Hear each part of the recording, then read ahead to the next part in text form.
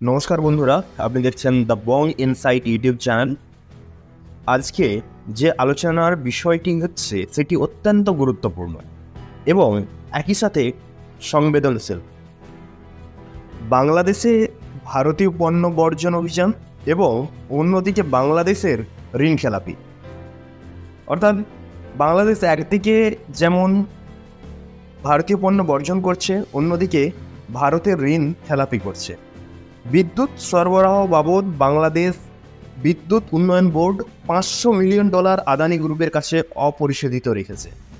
সেই জন্য খুব সম্প্রতি আদানি গ্রুপের চেয়ারম্যান গৌতম আদানি বাংলাদেশের বর্তমান প্রধান উপদেষ্টা ডক্টর মোহাম্মদ ইউনূসকে চিঠি করেছেন। আবার একদিকে আপনারা ভারতের পণ্য বর্জন করছেন, অন্যদিকে খুব সম্প্রতি ভারত থেকে ট্রাক ভর্তি ডিম আমদানি করছেন এবং সেই ডিমকে পরদিন ফেসবুকে গিয়ে ভারত বর্জনের আঁতেল মার্কা পোস্ট করছেন। কিন্তু এখানে প্রশ্ন হলো, এই বর্জন কি সত্যিই বাংলাদেশকে সমৃদ্ধির পথে এগিয়ে নিয়ে যেতে পারবে, নাকি এটি আসলে তাদের অর্থনীতিকে দুর্বল করে দেবে আরও? চলুন আজ আমরা এই বিষয়ে একটা আলোচনা করি। প্রথমে যে বিষয়টি না বললেই নয়, ভারতীয় পণ্য বর্জন, তার কারণ ও তার প্রেক্ষাপট আমাদের জানতে হবে। প্রথমে আমরা দেখি কেন বাংলাদেশে ভারতীয় পণ্য বর্জনের একটি আন্দোলন শুরু হয়েছে। বিভিন্ন সামাজিক এবং রাজনৈতিক কারণ এর পিছনে কাজ করছে। সম্প্রতি দেখা যাচ্ছে যে বাংলাদেশের কিছু রাজনৈতিক দল এবং সমাজের কিছু অংশ মনে করছেন যে ভারত বাংলাদেশের উপর খুব বেশি প্রভাব ফেলছে, বিশেষ করে অর্থনৈতিক ও সাংস্কৃতিক দিক থেকে। সোশ্যাল মিডিয়ায় অনেক পোস্ট, প্রতিবাদ এবং স্লোগান দেখা যাচ্ছে, যেখানে তারা বলছেন ভারতীয় পণ্য বর্জন করো, দেশকে বাঁচাও। তাদের মূল বক্তব্য হলো ভারতীয় পণ্যের ওপর থেকে বাংলাদেশে নির্ভরশীলতা কমিয়ে এনে নিজস্ব অর্থনৈতিক শক্তিকে গঠন করা। কিন্তু প্রশ্ন হলো, এটা কতটা বাস্তবসম্মত? ভারতীয় পণ্য বলতে আমরা কি বুঝি? বাংলাদেশে প্রচুর ভারতীয় পণ্য পাওয়া যায়, খাদ্যদ্রব্য থেকে শুরু করে ইলেকট্রনিক্স, ঔষধ, এমনকি দৈনন্দিন জীবনের প্রয়োজনীয় জিনিসপত্রও ভারত থেকে আসে। এসব পণ্য যদি বাংলাদেশ পুরোপুরি বর্জন করে, তাহলে কি তারা নিজেদের বাজারে ঘাটতি পূরণ করতে পারবে? এটাই হচ্ছে সবচেয়ে বড় প্রশ্ন। দ্বিতীয় যে বিষয়টি আমরা বলবো সেটা হচ্ছে বাংলাদেশের বিদ্যুৎ খাত এবং তাতে ভারতের ভূমিকা।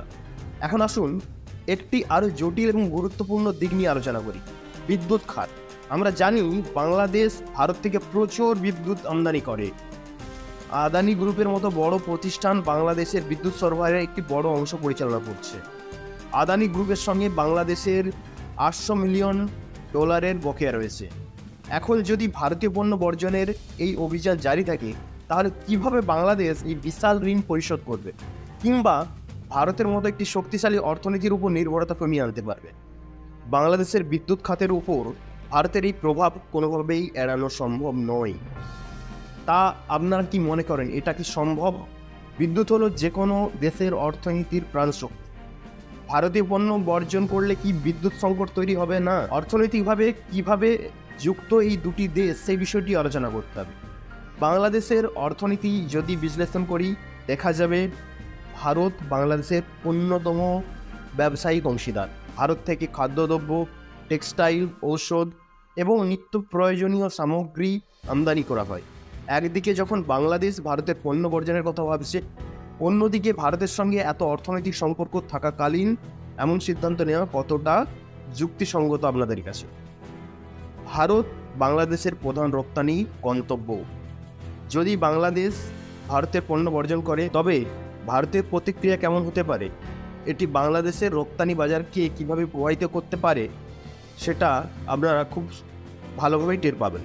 এখন এখানে আমি একটি বিষয় বলতে চাই, দুই দেশের সম্পর্ক শুধু পণ্য বা বাণিজ্যের মধ্যে সীমাবদ্ধ নয়। আমাদের একটি দীর্ঘ সাংস্কৃতিক এবং ঐতিহাসিক বন্ধন রয়েছে। আমি মনে করি ভারত ও বাংলাদেশ উভয় দেশই একে অপরের সঙ্গে সহযোগিতার মাধ্যমে আরও উন্নতির পথে এগিয়ে যেতে পারে।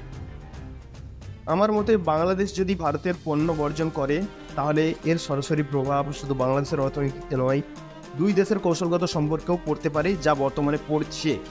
বিদ্যুৎ, বাণিজ্য, নিরাপত্তা খাতেও দুই দেশের মধ্যে শক্তিশালী সম্পর্ক রয়েছে, তা এখন কিন্তু ত্বরান্বিত হচ্ছে।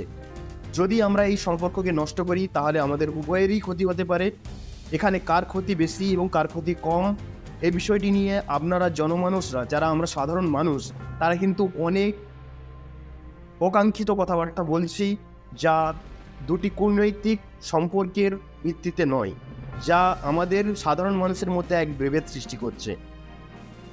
বাংলাদেশের জনগণের উদ্দেশ্যে আমার একটা কথা, বন্ধুরা, আমি বাংলাদেশের জনগণের উদ্দেশ্যে কিছু কথা বলতে চাই। আমি বুঝতে পারছি যে আপনারা নিজেদের দেশকে উন্নতির পথে এগিয়ে নিয়ে যেতে চান এবং এটাই সবার প্রয়োজন। তবে আমাদের কখনোই ভুলে যাওয়া উচিত নয় যে কোনো দেশ একা একা এগোতে পারে না। একটা দেশের উন্নতির জন্য আন্তর্জাতিক সম্পর্ক অত্যন্ত গুরুত্বপূর্ণ। ভারত থেকে পণ্য বর্জন করার মাধ্যমে হয়তো কিছু তাত্ত্বিক বার্তা দেওয়া সম্ভব হতে পারে, কিন্তু দীর্ঘমেয়াদে এর নেতিবাচক প্রভাব অর্থনীতিতে পড়বে। বিদ্যুৎ সংকটের মতো গুরুত্বপূর্ণ বিষয়গুলোকে অবহেলা করা কোনোভাবেই বাংলাদেশের জন্য উপকারী হবে না। তাই আপনাদের উচিত হবে বুদ্ধিমত্তার সাথে সিদ্ধান্ত নেওয়া এবং কোনো প্রতিক্রিয়া দেওয়ার আগে সঠিক গবেষণা করা। এবং অন্যান্য অর্থনৈতিক ক্ষেত্রগুলোতে ভারত সহযোগিতা করে যাচ্ছে। তাই আমাদের পরামর্শ হবে দুই দেশের সম্পর্ককে সম্মান করে সমস্যাগুলোকে আলোচনার মাধ্যমে সমাধান করা উচিত। অন্যথায় আমরা ফেসবুকের কমেন্ট সেকশনে গিয়ে সোশ্যাল ওয়ারিয়ার হয়ে একে অপরকে গালিগালাজ করে যাচ্ছি, যেখানে আমাদের দুই দেশেরই জনমানুষের মধ্যে এক বিক্ষোভ তৈরি হচ্ছে, ক্ষোভ তৈরি হচ্ছে। ভারত বাংলাদেশের সঙ্গে দীর্ঘমেয়াদী সম্পর্ক বজায় রাখতে চাই। বন্ধুরা, আজকের আলোচনাটি হয়তো কিছুটা বিতর্কিত, কিন্তু এটি আমাদের আলোচনার জন্য অত্যন্ত প্রয়োজনীয়। ভারত এবং বাংলাদেশ দুটি দেশই একে অপরের সঙ্গে ব্যবসায়িক এবং রাজনৈতিকভাবে জড়িত, তাই এই সম্পর্ককে অবহেলা করে চলা সম্ভব নয়। আবেগী কথাবার্তার মাধ্যমে কূটনৈতিক বিষয়বস্তু ভেবে দেখতে হবে। আমি আপনাদের আহ্বান জানাচ্ছি, এই বিষয়ে আপনাদের মতামত কমেন্ট সেকশনে শেয়ার করুন। বাংলাদেশের পণ্য বর্জন নীতি নিয়ে আপনার কি মতামত আমাদের জানাতে ভুলবেন না। ধন্যবাদ, সাথে থাকুন, দেখা হচ্ছে পরবর্তী ভিডিওতে।